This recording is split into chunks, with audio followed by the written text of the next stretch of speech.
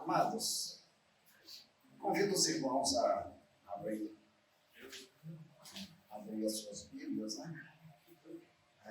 No livro de Mateus, capítulo 24.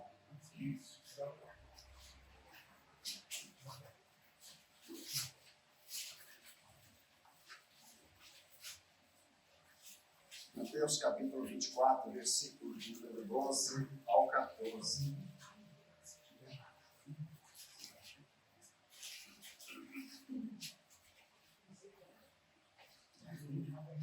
Amém? Todos se encontraram? Amém. Mateus 24, capítulo 12 ao 14.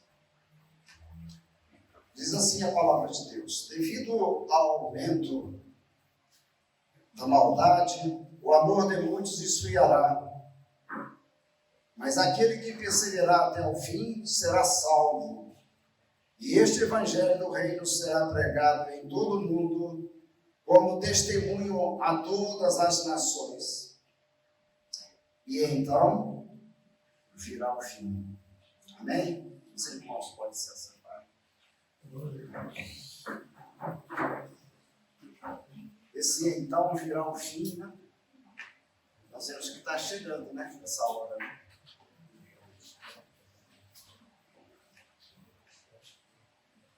A palavra de Deus, ela está sempre nos alertando, né?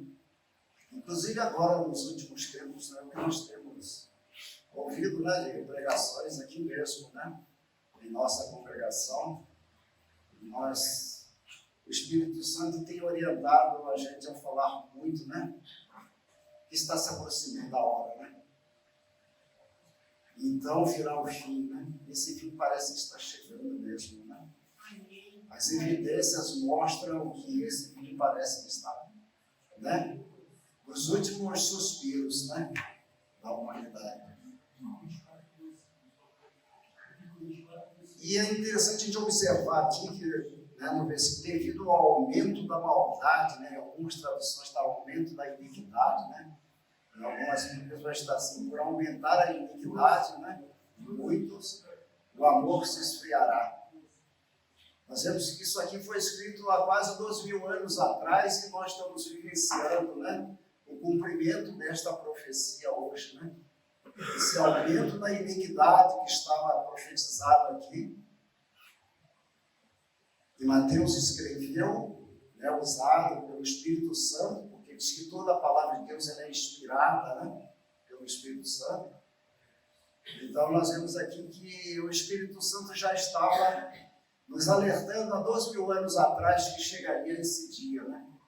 Que a iniquidade, né, e a maldade ia crescer tanto, ela ia prosperar tanto, ia crescer tanto, que o amor de muito ia se esfriar. E esse amor não é só o amor do mundo, não. É o amor dentro da igreja, para os crentes, né? Aqui esse recado é para os crentes, né? Então a gente tem que orar e vigiar, porque nós estamos vivenciando esses tempos da iniquidade aumentando, crescendo, a maldade crescendo muito. E nós temos que estar atentos, né? Orar e vigiar. A Bíblia nos orienta a orar incessantemente, né?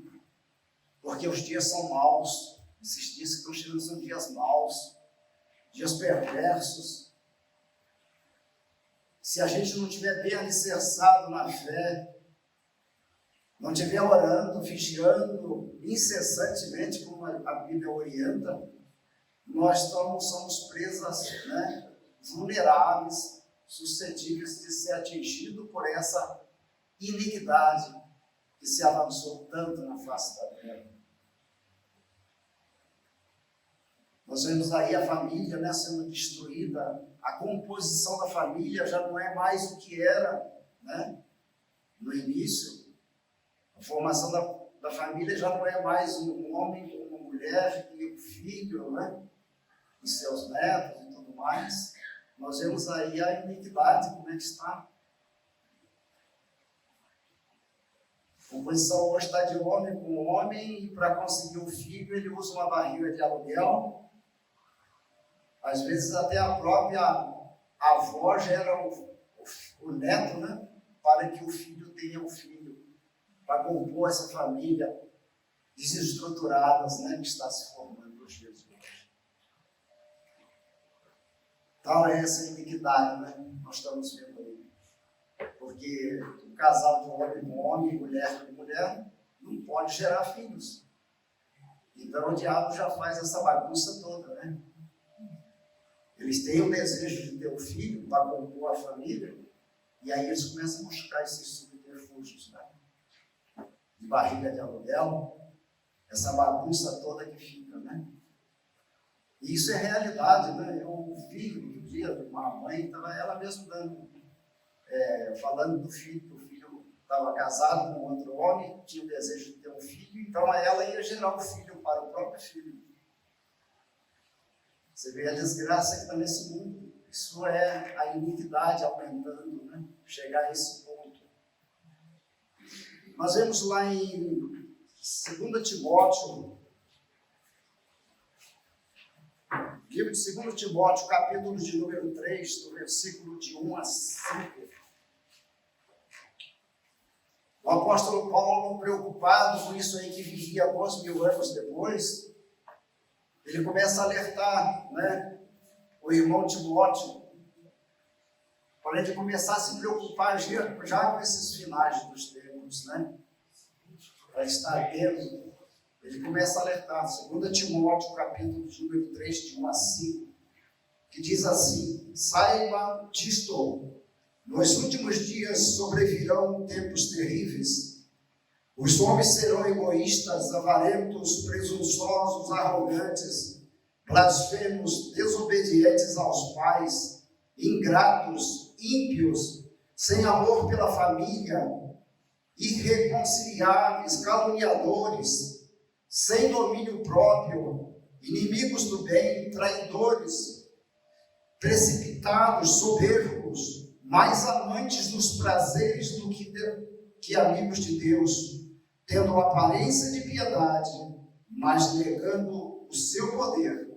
Afaste-se desses também. Nós vemos aqui a preocupação do apóstolo Paulo com essa iniquidade que viria no final dos tempos.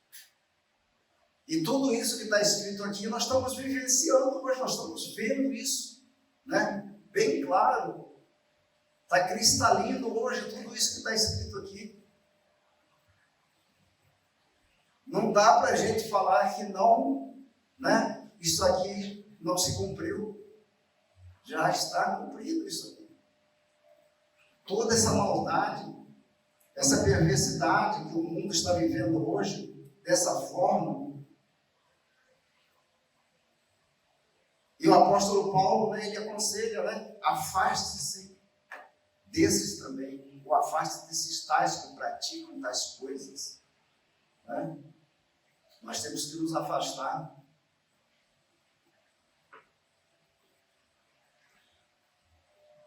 Afastar ao ponto de... porque essas pessoas hoje, eles não podem nem negar que eles estão ignorantes, porque eles ainda não ouviram a palavra. Não é mesmo? Não tem como alegar isso mais. Porque com os meios que a gente tem da mídia, como nós temos hoje, né? Falada, escrita, televisiva, de áudios, de vídeos, até os índios que estavam lá, né, sem comunicados, hoje eles têm igrejas lá dentro das tribos. Lá naqueles confins, lá na África, né, onde que não tem nada, não tem nem vegetação, mas o evangelho está lá. Ninguém pode negar. Eu estou nisso porque eu estou na ignorância, né? Não, o evangelho já chegou aos confins da terra, né? Como era previsto, né? Que o evangelho deveria chegar até os confins da terra. Deveria ser pregado, todos deveriam tomar conhecimento disso. E aí, como diz lá, e então virá o fim, né? Depois de tudo isso, do evangelho ser pregado, né? Atingir a todas as pessoas, atingir todo o globo terrestre.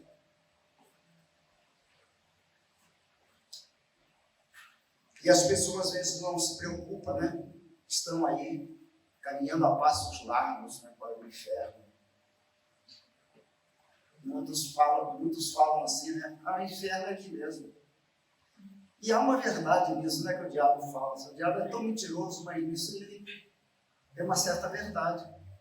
Porque o inferno vai ficar aqui mesmo. O que vai subir é a igreja. A igreja vai subir, mas o inferno vai ficar aqui mesmo. Aqueles que não aceitaram a Jesus, não quiseram ouvir a palavra de Deus, e diz que aqui, né, como diz o ditado, aqui se faz e aqui se paga. E eles vão pagar isso realmente.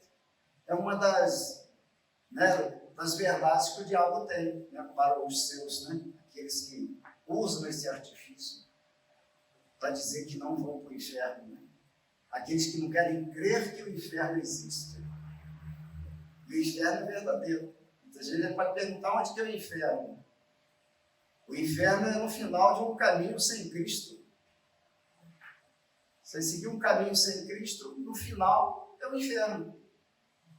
Ali está o inferno. Não precisa procurar muito. Não precisa colocar no GPS. É só andar sem Cristo, no final vai desembocar no inferno.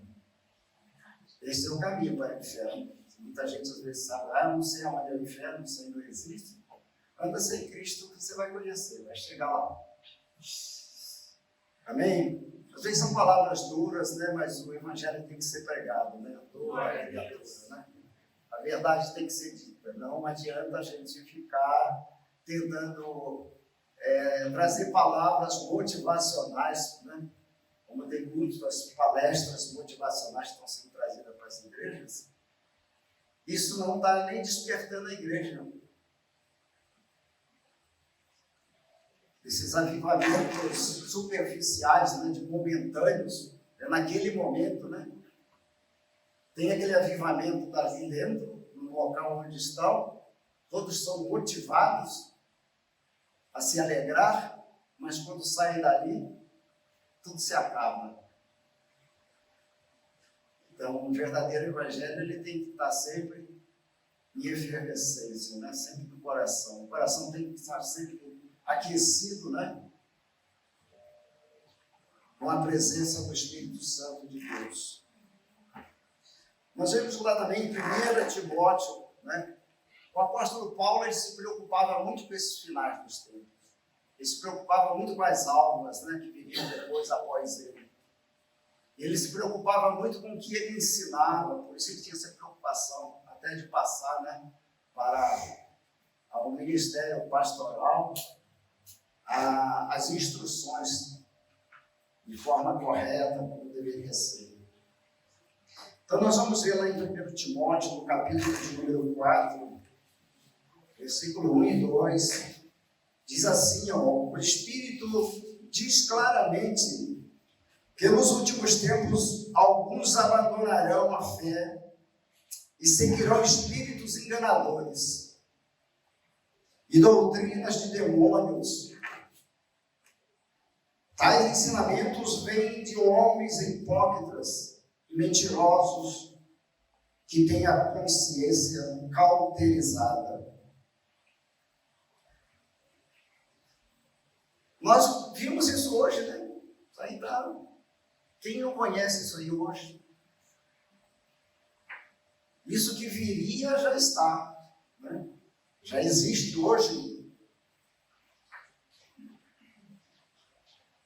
Alguns abandonarão a fé e seguirão espíritos enganadores.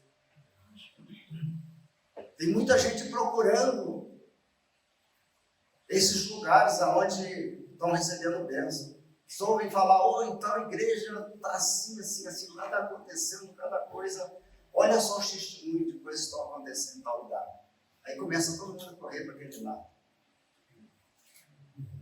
Os falsos pastores, né, que diz que eles farão sinais de maravilhas, né? Farão isso aí. Porque o diabo também é poderoso para mostrar sinais e maravilhas. Para fazer prosperar, as pessoas prosperar financeiramente, é a especialidade do diabo. Essa é a especialidade dele. Então é fácil enganar muitos. Por isso aqui que Paulo estava, né, alertando Timóteo, dando essas instruções para Timóteo, para ele ficar atento a essas coisas, evitar essas coisas dentro da igreja, está sempre vigiando, para que esses tipos de doutrinas de demônios, como fala aqui, não viesse a acontecer. Nós vemos lá em Apocalipse, né, que fala sobre as cartas das 7 igrejas da Ásia, a carta endereçada à igreja de Laodiceia. Nós vemos um modelo de igreja dessa. Uma igreja que eles falavam que nada faltava a eles. Eles se julgavam ricos, nada faltava a eles. Eles eram prósperos em tudo. Eles diziam lá, e nós vemos o que Jesus Cristo, né? O que Jesus Cristo aponta para aquele modelo de igreja, né? Que é uma igreja que é morna, não é quente nem fria. Era melhor que fosse fria ou só quente, né? Mas que Jesus estava ao ponto de vomitar, né, aquela igreja, dado ao nojo, né, que estava sentindo naquele modelo de igreja. E nós temos esse modelo de igreja hoje nos nossos dias. Igrejas que estão pregando o crescimento financeiro, motivando as pessoas a buscar esse tipo de bênção. E com isso, o diabo vai tirando o foco das pessoas do que é o céu. E aí que o amor começa a se esfriar. Porque as pessoas começam a se encher os olhos com essas coisas. Todo mundo está ficando próspero naquela igreja. Ali são igrejas de pessoas ricas, pessoas que não tinham nada e agora estão tendo, pessoas estão, né? E as pessoas começam a ser atraídas para esse tipo de evangelho. Evangelho, né, de enganação. Evangelho de fábulas, né, que Paulo fala em uma outra mensagem dele. São evangelho de fábulas, de historinhas da carochinha, né? Aquelas coisas motivacionais que te prende aqui na terra, né? Que faz com que você não queira sair dessa terra, não queira sair desse mundo. Então eles não pregam mais a salvação. Não fala que tem os 2 caminhos. Que o inferno é verdadeiro, assim como o céu. Eles preferem viver esse mundo de contos de fábulas. Esse mundo fantasioso.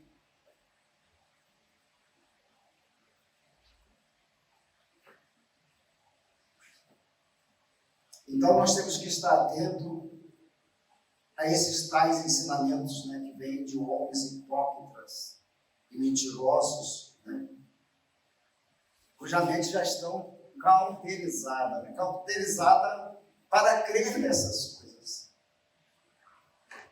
Que uma mente cauterizada, né, ela já foi marcada, né, ela está cicatrizada para que a verdade não penetre mais ali. Ela está cauterizada já. Ela guarda aqueles ensinamentos e coisas erradas ali. Aquilo ali é atrativo, aquilo é gostoso, prazeroso, e leva as pessoas a nem querer morrer. As pessoas hoje têm medo de morrer. Tem um medo tremendo de morrer. Quer viver mais aqui. Pelo contrário, né? A gente deveria querer desejar e o mais rápido possível, enquanto está salvo, né? Para não correr o risco de perder a salvação.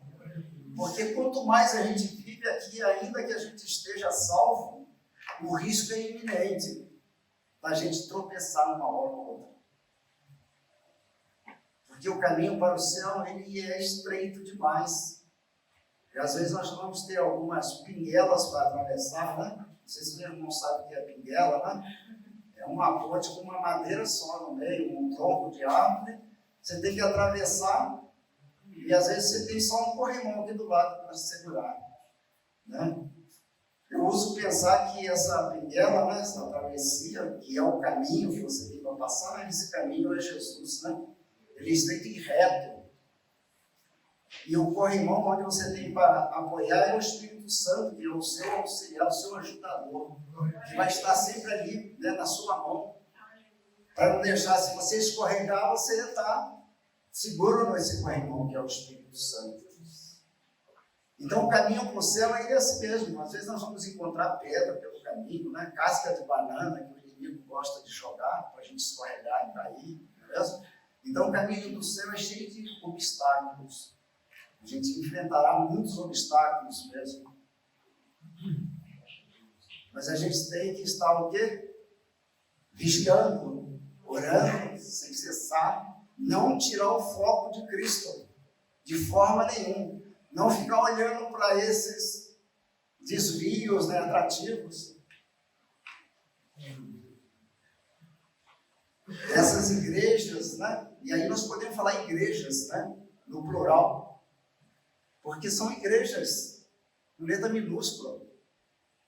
São aglomerados de pessoas que estão congregando numa igreja. Aí eles usam esse termo. Eles vão à igreja. Eles vão à igreja para buscar a bênção. Não é a igreja que está no templo. Eles vão na igreja buscar essas bênçãos.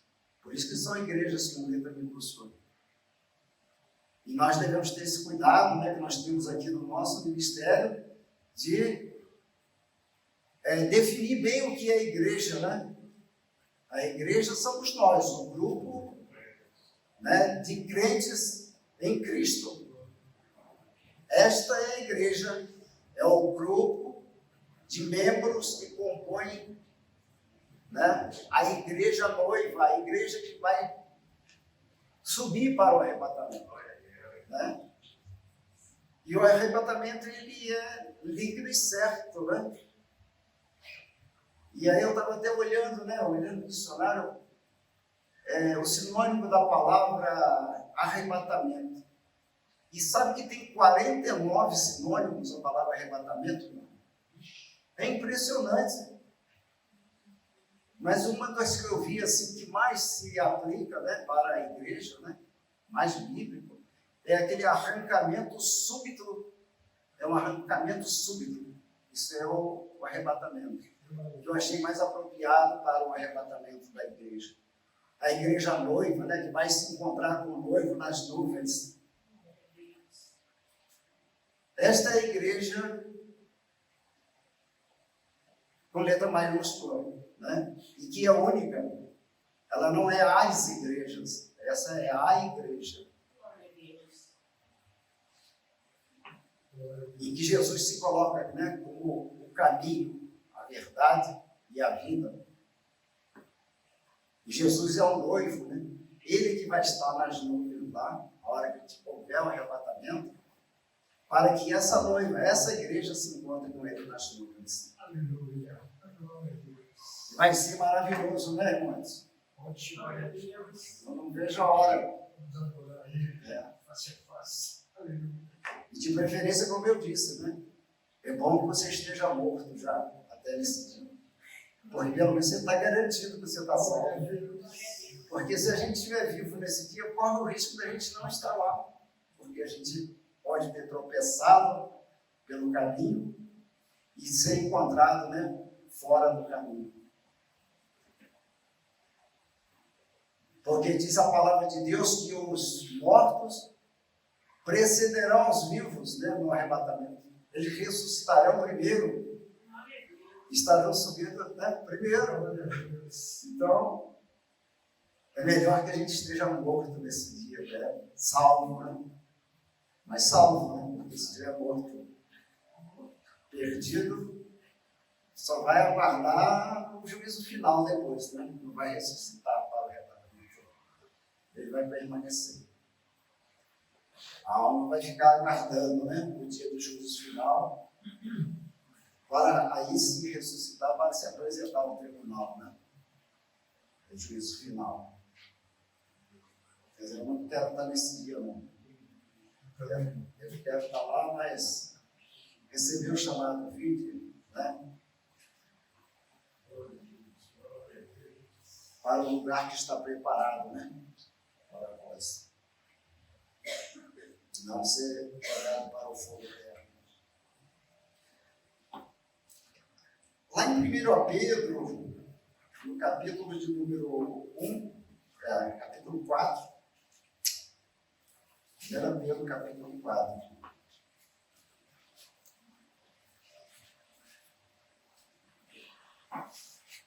Versículo de número 7.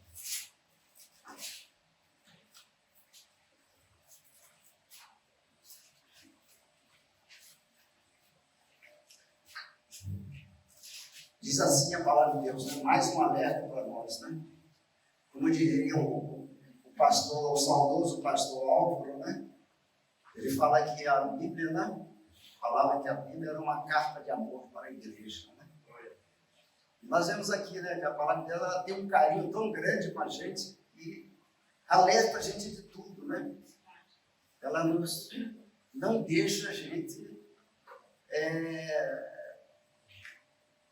só fica desatento àquele que quer. Porque aquele que se dedica a ler, né, examinar as escrituras, vai ver que nós temos bastante ensinamento aqui para a gente não se deixar cair, né? Para a gente não perder esse grande momento que está reservado para os salvos. Que vai ser um momento tão maravilhoso que a gente não pode ficar de fora, né? Não dá para alguém querer ficar de fora de um momento tão glorioso como esse. Então ela diz assim, ó, na 1 Pedro, capítulo 4, versículo número 7. O fim de todas as coisas está próximo. Portanto, sejam criteriosos e estejam alertas. Dedique-se à oração. Dedique-se à oração. Sobretudo, amem-se sinceramente uns aos outros, porque o amor perdoa muitíssimos pecados.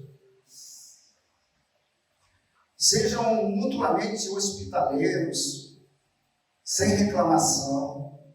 Cada um exerça o dom que recebeu para servir os outros.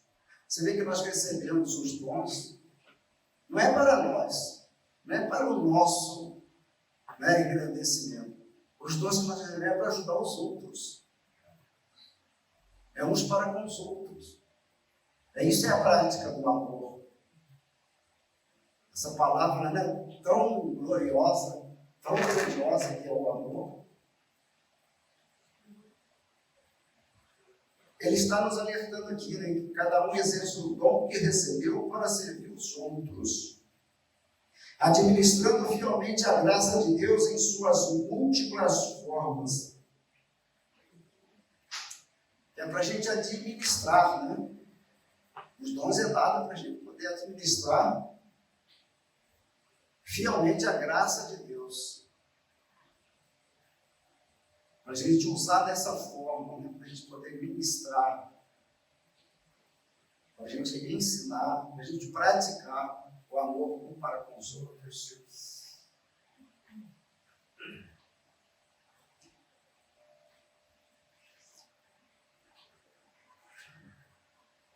No versículo de número 11, né, diz assim, ó, se alguém fala, faça-o como quem transmite a palavra de Deus. Se alguém fala, né? Ou seja, todo aquele que fala, se ele não é mudo, até os mudos têm maneira de falar, né? Hoje em dia tem as cifras, né? Tem o idioma deles. Então, mas aquele que fala, que todo aquele que fala, porque se Deus nos deu o dom de falar, né? Nós não temos esse privilégio, nós não somos mudos, nós podemos falar. Ele fala que é para transmitir a palavra de Deus. Usar esse dom de forma a agradar a Deus, né? Em benefício de Deus, ser fiel a Deus, pelo dom que Deus nos deu de falar. E se alguém serve, faça-o com a força que Deus provê. de forma que em todas as coisas Deus seja glorificado mediante Jesus Cristo, a quem sejam a glória e o poder para todos sempre. Amém. Né? E é para fazer o que? Com toda a força. Não é para fazer de forma desleixada, né? De qualquer jeito, mais ou menos. De vez em quando dá um tempo, quando você tem um tempo de fazer. Não, aqui diz que é para fazer com toda a força. Ou seja, né, você esteja ligado 24 horas. Não perca nenhuma brecha, nenhuma oportunidade para falar e para praticar este amor. Nós temos que estar ligado 24 horas, em tempo integral, à disposição de Deus, na vontade dEle, que é isso que é a vontade dEle, que nós estejamos 24 horas, né? Na prática, exercendo esse amor. Que o amor, né? A gente viva em amor. Não é só de vez em quando, não é de aparência simplesmente. Não é seja só no falar enquanto irmão, eu te amo, meu irmão. Mas às vezes fala até com certa dificuldade. Não é mesmo? Isso é de aparência, né? Um amor de aparência. É fácil de praticar esse amor, né? Muito fácil. Mas aqui fala que é para a gente faça com a força que Deus provê. O que é a força que Deus provê? Deus deu esse provimento para a gente, né? Para falar com toda a força. Ele tem nos ajudado, Ele tem nos dado força. Se nós estamos vivos, estamos até aqui, né? E nós estamos nos reunidos aqui até para falar a respeito dele, a respeito da palavra dele, a respeito dos ensinamentos dele, né? Ele proveu isso aí para a gente. É provisão de Deus. Por isso que ele fala aqui, né? Que faça-o com a força que Deus provê, de forma que em todas as coisas Deus seja glorificado. Então, tudo que a gente fizer tem que ser para glorificar o nome de Deus. Glória a Deus. E tudo que vai acontecer, ainda que a gente ore por uma pessoa e a pessoa, você impõe a mão sobre a pessoa e a pessoa é curada, isso é para a glória de Deus, não é para a sua. Não é pelo dom que você tem, né? Que a pessoa foi curada. É que outros falem, né? Ah, aquele irmão ali que ora, põe a mão, a pessoa é curada. Não é nem a pessoa é curada, não é por ele, né? É pelo que Deus, pela provisão que Deus colocou nele, o dom que Deus colocou nele, para ele exercer esse dom. Mas quem faz é Deus, tem que ser para a glória de Deus. E Deus só faz alguma coisa se for para a glória dele. Por que Lázaro morreu e foi ressuscitado depois de 4 dias? Por que ele não foi curado da doença antes de morrer? Porque o nome de Deus não ia ser glorificado tanto quanto foi depois da morte dele. Por isso que Jesus falou, né? Lázaro dorme, mas o que vai acontecer vai ser para a glória de Deus. É para que o nome do Deus Pai seja glorificado. Na oração que ele fez antes de chamar Lázaro para fora, ele fala, né? Que é para o nome de Deus fosse glorificado naquele evento que iria acontecer. Então os milagres às vezes acontecem, por que né, muitas pessoas não são curadas? Porque não é o momento de o nome de Deus ser glorificado. Para Deus, você ser curado agora, isso aí não importa tanto, porque você é curado de uma doença, você vai morrer da outra. Então é essa coisa momentânea, né? E muitas pessoas vivem só procurando a cura, né? Ele só quer um milagre na vida dele. Ele não pensa outra coisa a não ser buscar cura. Eu estou buscando 15 anos buscando isso e aquilo. Mas o propósito de Deus não é esse com o milagre. Todos os milagres que Jesus Cristo fez tinham um propósito. Porque Paulo foi parar dentro da prisão.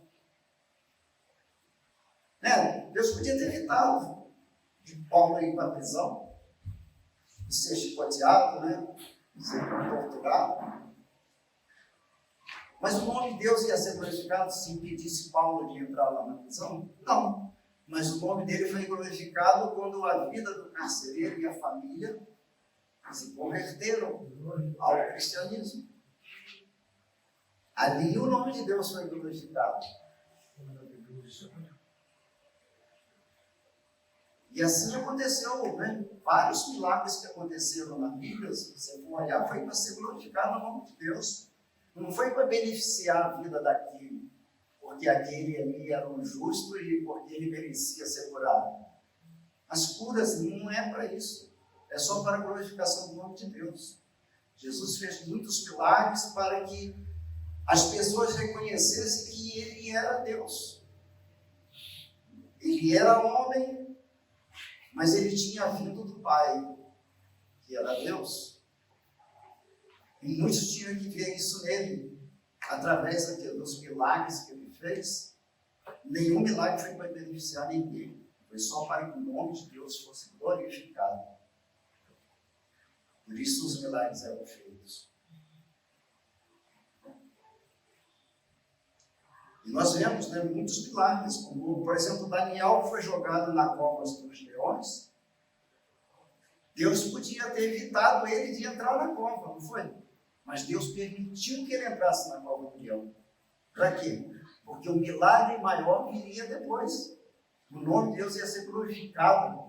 Se ele simplesmente evitasse dele entrar lá, a glória poderia ser até do rei que tinha dado, né, evitado dele entrar lá. Tinha dado um salvo-conduto para ele. Tinha dado um habeas corpus, falando no jurídico de hoje. Deus poderia ter dado um habeas corpus para ele não entrar dentro da cova do leão. Mas Deus queria que o nome dele fosse glorificado, né, para o rei que estava ali se achando com poder. Deus ia mostrar que o poder dele era maior.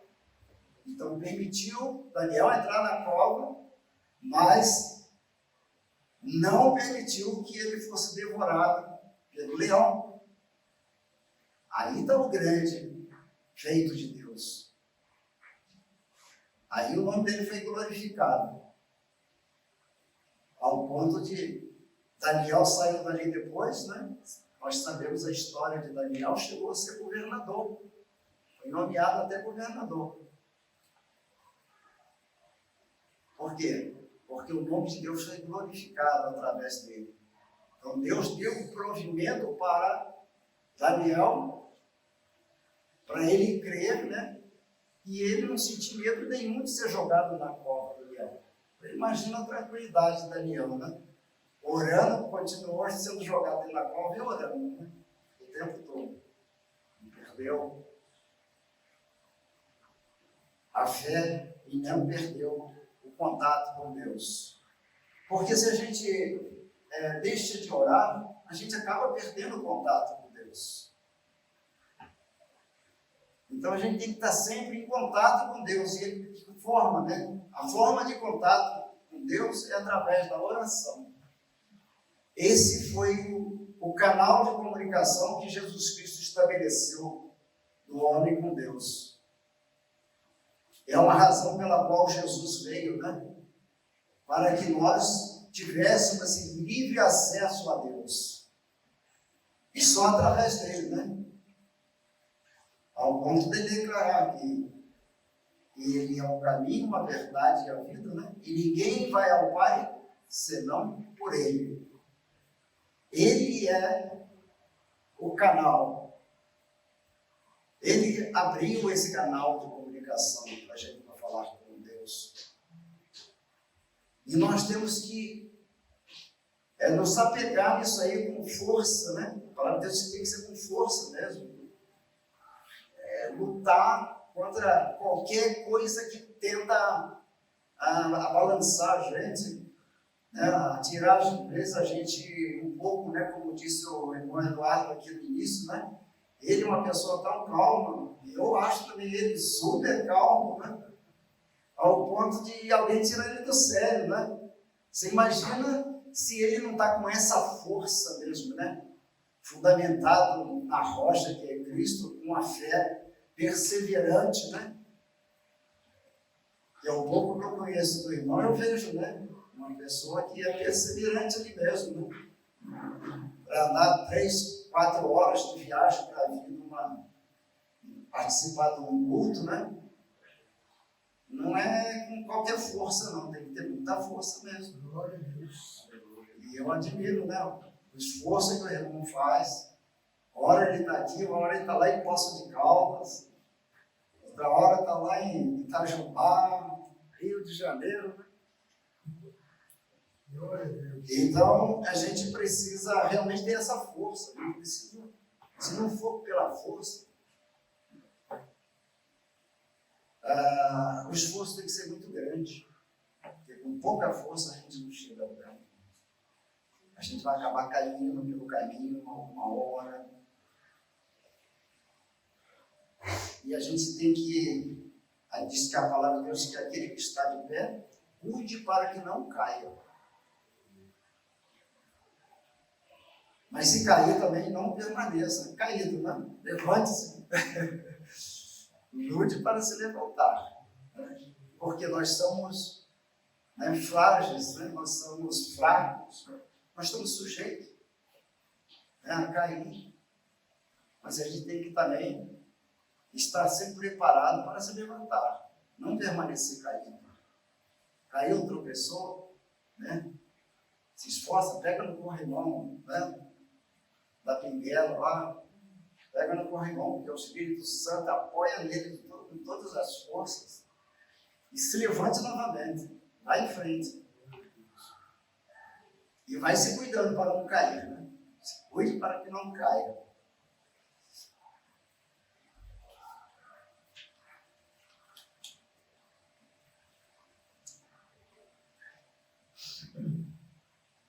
Lá no livro de Lucas capítulo 18,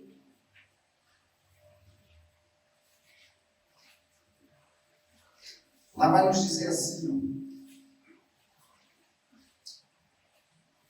eu lhes digo, ele lhes fará justiça e depressa, né?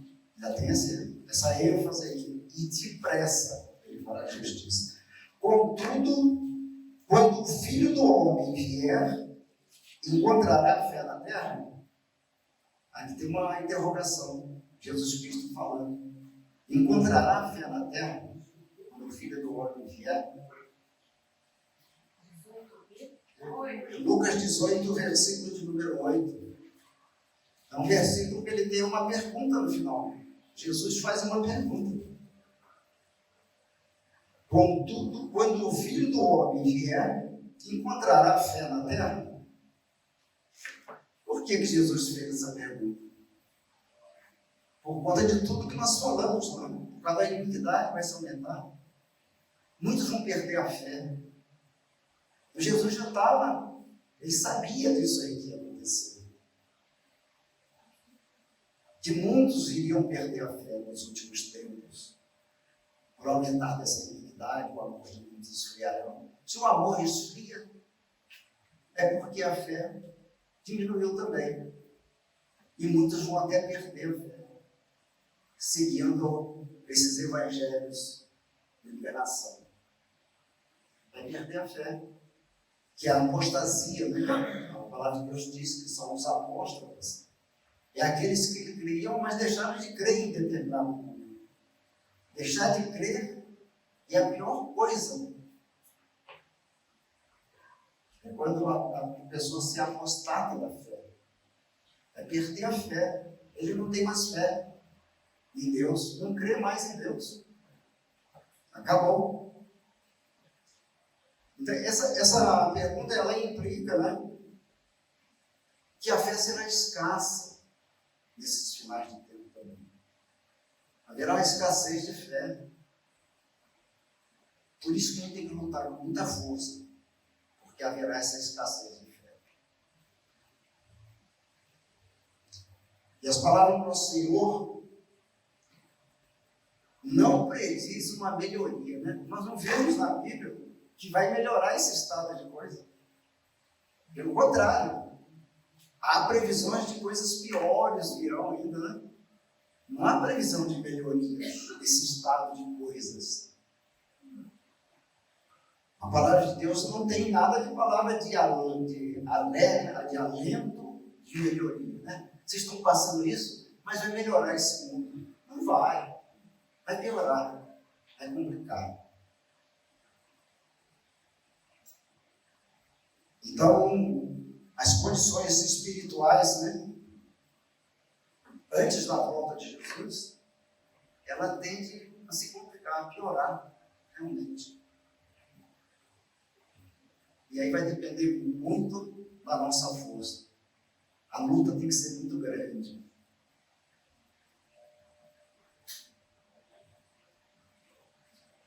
Eu vejo que, né, hoje, no alto dos meus 75 anos de idade, eu estou sofrendo mais para fazer o Evangelho do que eu sofria quando eu tinha 12 anos, 13 anos. Parecia que tudo, né, a fé que eu tinha parecia que era aquela, né, que movia montanhas. A gente vivia como diz lá na igreja de Atos dos Apóstolos, a gente vivia numa singeleza, né, de vida. Talvez até porque na cidade que eu vivia era uma cidade muito pequena, de interior. Era, não é até hoje, né? Inclusive amanhã eu estou viajando para lá. Mas era uma cidade muito pequena e o Evangelho naquele tempo não tinha essas tentações que a gente tem hoje. As tentações aumentaram muito. As coisas boas, diabólicas, elas cresceram, se multiplicaram de forma geométrica. A gente não tinha as tentações desse mundo como existia naquela época. Então era muito mais fácil. Hoje está muito difícil. Você perseverar firme, né? Você conseguir fazer tudo que a Bíblia nos determina que façamos. A obra, como ela deve ser feita, antes a gente fazia com mais facilidade. As tentações não eram muitas. O diabo parecia que estava um pouco adormecido.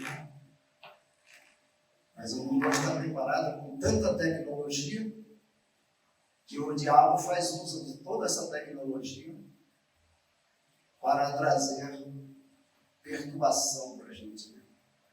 Para tirar a gente do foco, para tirar a nossa atenção para essas coisas, né, boas para o mundo, para quem está nessa vida mundana, são coisas boas. E nós ficamos olhando isso aí. Isso vai nos tentando também.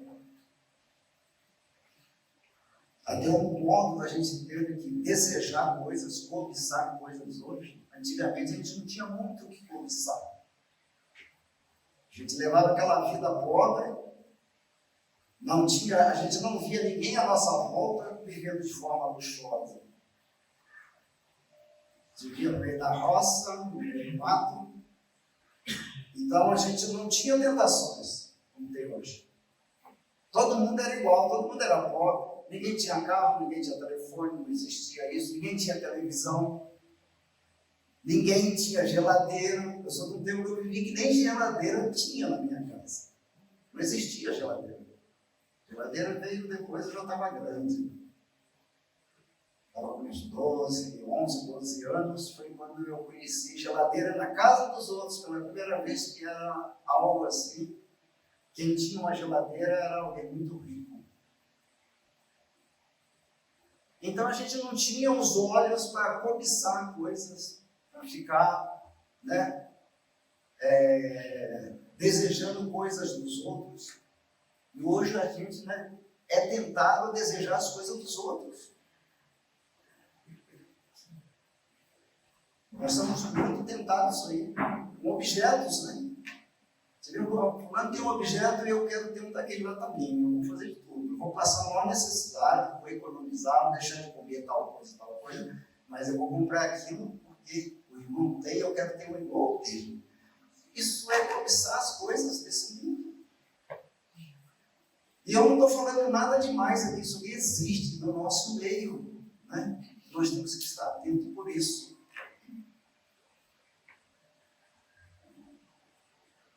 Então, nós vemos que nós não teremos dias melhores.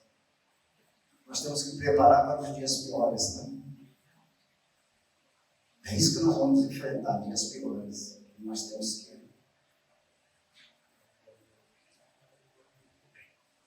E Jesus nos alerta lá em Mateus 24, 42. Mateus 24, 42.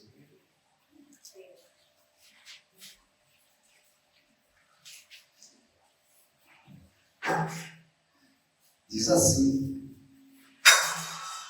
Mateus 24, versículo 42. Portanto, vigiem, porque vocês não sabem o dia nem a hora que virá o seu Senhor.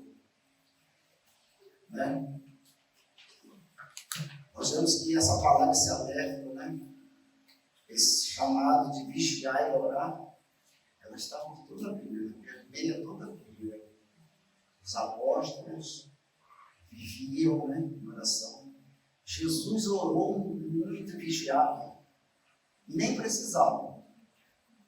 Mas ele, como 100% homem, ele precisava nos dar o exemplo. E por isso ele orava e vigiava. E ele orava e vigiava, e quando as pessoas iam dormir, Jesus ia orar. Vigiava pela madrugada. Que, aliás, né, o melhor horário, né, irmãos? É a hora que a fila para falar com Deus está menor, né? Pequena. Então, o melhor horário para você orar é de madrugada, de 2 horas até as 4 horas da madrugada. É um horário bom falar. É onde você tem paz, está um silêncio que é uma maravilha. E você não precisa nem falar, né? É só você tem tempo até que a sua mente está tão em paz que você consegue orar em espírito com Deus. Né? Não dá mais do que falar. É mais do que falar.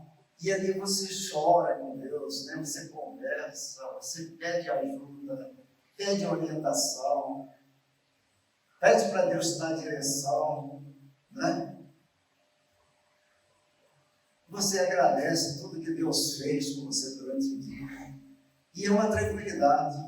E você está orando, quando você bem percebe, você está dormindo, né? E aí você acorda de repente, assim, você vai dar 2 minutos, 3 minutos, eu sou assim, né? Às vezes ele dá 2, 3 minutos, eu cochilo. Eu acordo, não, eu estou falando com Deus, que negócio é esse? Aí eu volto de novo. Aí você fica ali 1 hora e meia, até 2 horas, você nem vê o tempo passar, falando com Deus. Mas você sai dali renovado. Você levanta de manhã com a energia toda recarregada, né?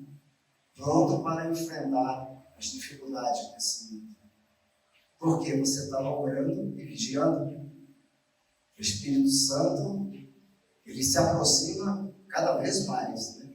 Ele vai te enchendo cada vez mais. Mas se você não ora, você não fala com Deus, o Espírito Santo vai se afastando. Ele vai se entristecendo. Diz a palavra de Deus que ele entristece, né? Quando a gente abandona ele. É interessante, né? O amor de Deus, como é que é? É inexplicável. Mas o Espírito Santo, ele se entristece quando nós fazemos alguma coisa errada, né? Quando a gente peca. E é bom você falar todo dia com Deus, você está sempre, que cada pecado novo que acontece, você está sempre em dia com Deus, né? Você não corre o risco de morrer sem ter pedido perdão. Porque acabou de pecar, se você, inconscientemente, você foi tentado, de repente, a pecar, nós estamos sujeitos a tudo isso, nós somos, né? A nossa essência é pecaminosa, né? E a luta tem que ser grande mesmo. a gente está sempre vigiando. Então, aqui está mais um recado, né, desse grande amor de Deus, essa carta de amor, né, para conosco. Portanto, né, ou seja, né, mediante tudo isso que vocês já aprenderam, tudo isso que vocês já tomaram conhecimento, de tudo isso, como deve ser feito, portanto, né, diz, vigiem. Jesus fala, vigiem, porque nós não sabemos a hora, assim como Jesus falou para os discípulos, né, quando perguntavam para ele, quando isso iria acontecer, ele falou que não era permitido nem ao filho saber, nem os anjos, não era, somente o Pai sabia o dia e a hora. Porque o filho, ele é submisso ao Pai, né? Tem coisa que o Pai, às vezes, está planejando fazer, mas ele não é o momento certo dele falar para o filho ainda. O filho ainda não está preparado para saber dessas coisas. Principalmente num evento desse, né? Que é a volta do filho. Porque senão, se soubesse um dia, a hora, seria muito fácil. Muita gente ia viver uma vida torta, mas quando chegasse aquele sinal que vai entrar, o sinal é esse. Aí as pessoas iam se arrepender. Então, para que isso não aconteça, as pessoas têm que se esforçar, estar preparado o tempo todo, dia e noite, se preparando. Porque nós não sabemos o dia, né, que será. Então, devemos estar preparados. Porque Jesus deu um exemplo até, né? Porque se o dono de uma casa soubesse um dia a hora que o ladrão viesse, né, ele ia ficar de vigia. Ele está preparado. Ele ia surpreender o ladrão, não o ladrão surpreender ele. Então, a vida deles que será como esse exemplo que ele deu.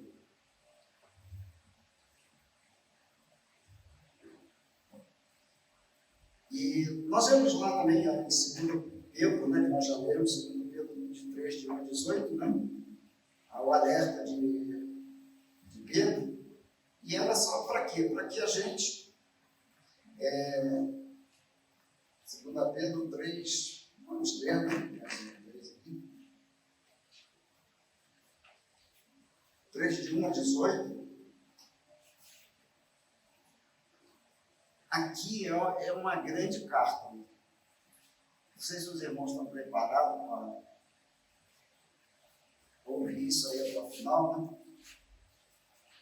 Não dormir, não cochilar, mas é uma grande carta que Deus escreveu aqui para nós, os escritores. É bem longa essa carta, mas é uma carta que tem tudo a ver com o que nós falamos aqui, tá bom? Diz assim, eu vou começar a ler para a gente não perder muito tempo. E ele está alertando como é que vai ser o dia do Senhor, né? É esse dia, né? Tá bom? Como é que vai ser esse dia? Ele diz assim, amados, esta é agora a segunda carta que eles escrevem. É uma carta mesmo que eles escrevem. Segunda carta que eles escrevem. Em ambas quero despertar com estas lembranças a sua mente sincera para que vocês se recordem das palavras proferidas no passado pelos santos profetas e do mandamento de nosso Senhor e Salvador que os apóstolos de vocês lhes ensinaram. Antes de tudo, saibam que nos últimos dias surgirão escarnecedores, zombando e seguindo suas próprias paixões. Eles dirão, o que houve com a promessa da sua vida?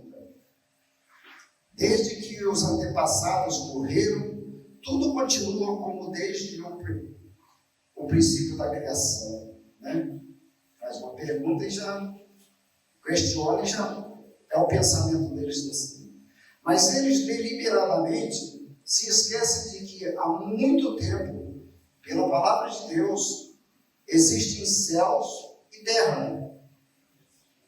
Está formada da água e pela água. E pela água, o mundo daquele tempo foi submerso e destruído. Falando aqui do dilúvio. Pela mesma palavra, os céus e a terra, que agora existem, estão reservados para o fogo, guardados para o dia do juízo e para a destruição dos ímpios. Ele está dizendo aqui que se naquela época foi através da água do dilúvio, agora vai ser através do fogo, né? A destruição vai ser, né?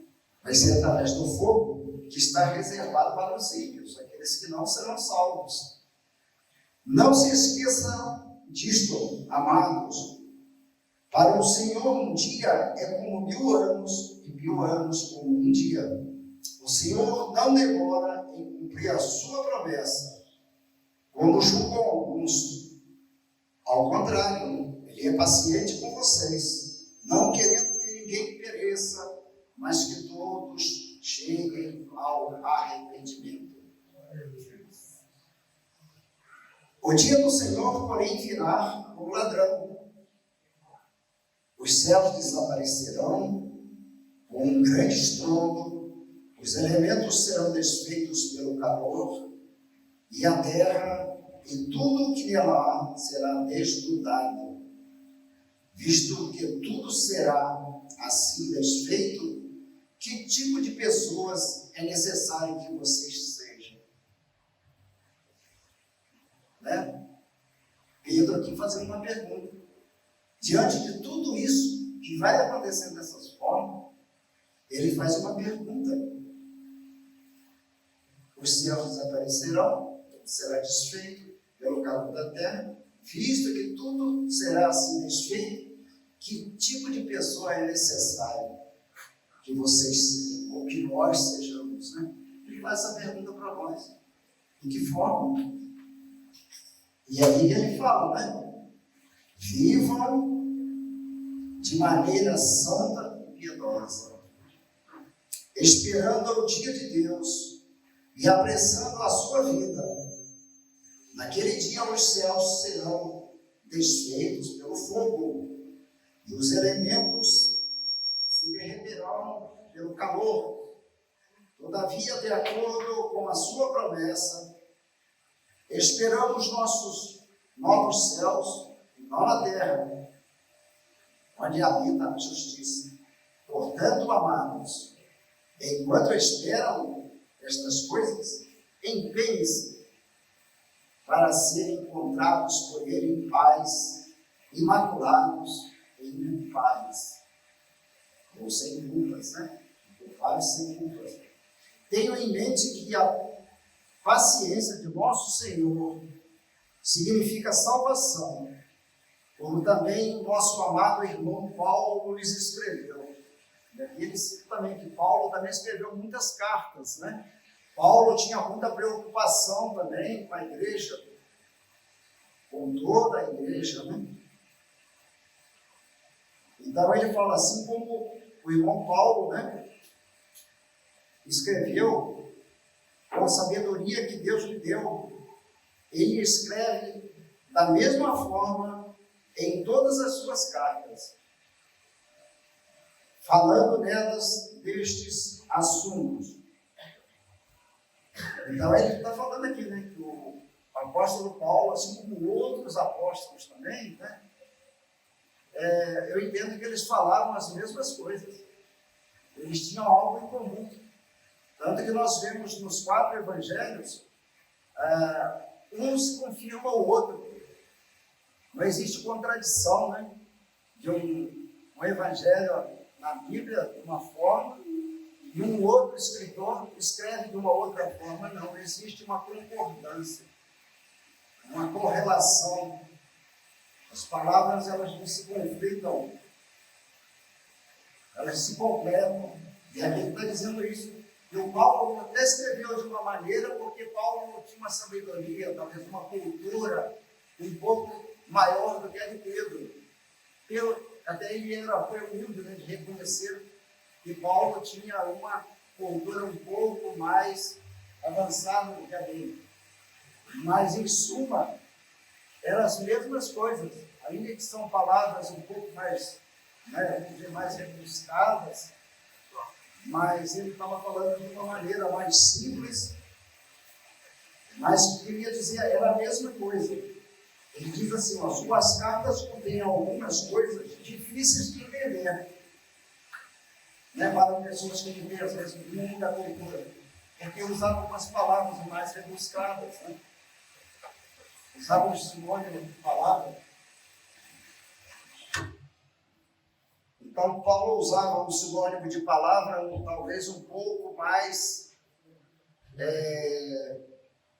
sofisticado, né, vamos dizer assim, que às vezes as pessoas, né, mais humildes talvez não entendessem muito bem, mas Pedro agora estava falando uma linguagem mais popular, uma linguagem mais fácil de entendimento. É isso que ele estava querendo dizer. Mas era a mesma coisa, ele estava concordando com o que Paulo falou. Ele não estava contradizendo o que Paulo falou. Estava dizendo que eram as mesmas coisas. Então ele falou, as quais os ignorantes e instáveis torcem. E ainda falou, ainda tem alguns ignorantes, né, que torcem essas palavras. Da forma como Paulo escreveu, muitos acham, mas o Paulo está dizendo, então, aqui dá a entender que pode ser assim, né? E a palavra de Deus, ela não é de dúbia interpretação. Ela tem uma intervenção, a revelação é única. Pode um entender de uma forma ou de outra, mas não é para ninguém ficar tentando debater com a palavra de Deus com o outro, né? Porque é mais entendido do que o outro. Não, de forma nenhuma. Como também o fazem com as demais escrituras, para a própria destruição deles. Quem faz tais coisas, quem começa a querer arrumar, né, discussões, debater, querendo não concordar com o que está escrito na Bíblia,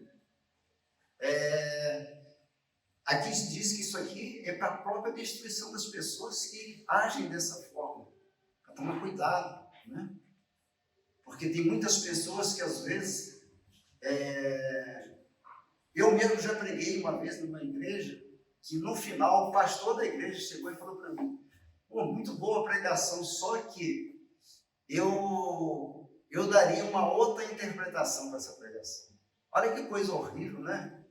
Uma pessoa se achar mais entendida do que uma outra, e que ele ainda falou assim para mim, qualquer dia eu vou trazer essa pregação de uma outra forma. Isso significa, né, a ignorância, que Pedro está dizendo aqui. São pessoas ignorantes que agem dessa forma. Que bom, né, que o irmão traz uma mensagem, você vai poder trazer um dia, mas nunca deve tentar diminuir o outro, né? Que a sua mensagem que você tem para falar sobre determinado assunto é melhor do que o seu. Isso fica horrível. E Paulo chama isso aqui de ignorantes. E isso serve para a própria destruição das pessoas que assim o fazem. Serve para a própria destruição disso aqui, né? Portanto, amados, sabendo disso, guardem-se para que não sejam levados pelo erro dos que não têm princípios morais, nem percam a sua firmeza e caiam, porque se perder a firmeza pode cair. Então ele está alertando aqui, tome cuidado, para não agir também de tal forma, né, de ser levado por essas coisas, por esses erros, né? E ele pega alerta aqui, no versículo final, ele fala, cresçam, porém na graça e no conhecimento de nosso Senhor e Salvador Jesus Cristo. A Ele seja a glória, agora e para todos sempre. Amém. E para Deus, toda a glória.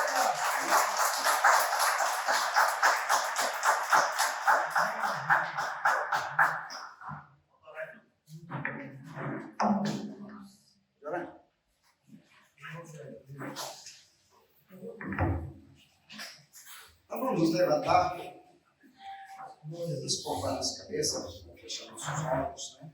E vamos agradecer a Deus. Amado Deus, Pai Celestial, grandioso Deus, Como é bom, Senhor, pertencer a Ti, Senhor, meu Deus. Continue, Senhor, nos acompanhando, nos orientando, Senhor.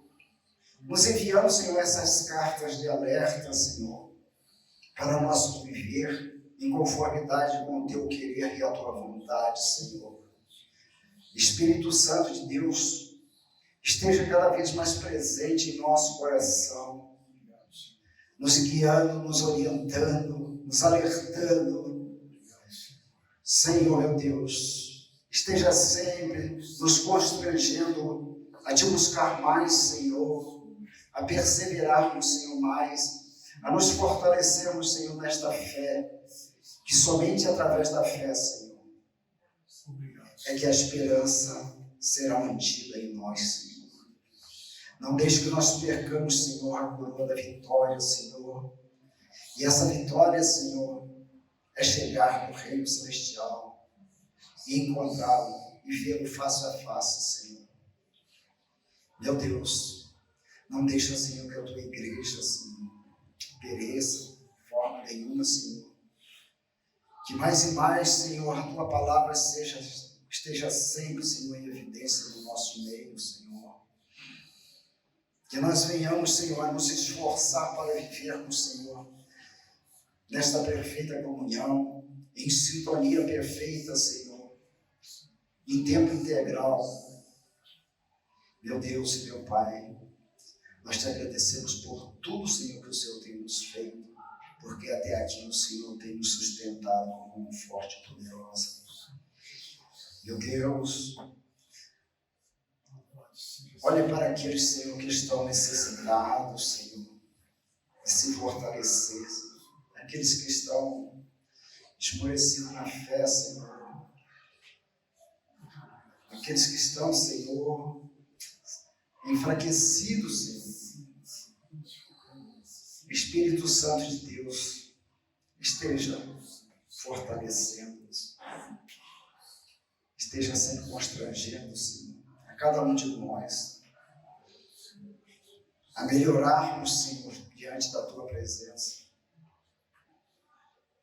Que a Tua igreja, Senhor, esteja sempre preocupada no amor de uns para com os outros, Senhor.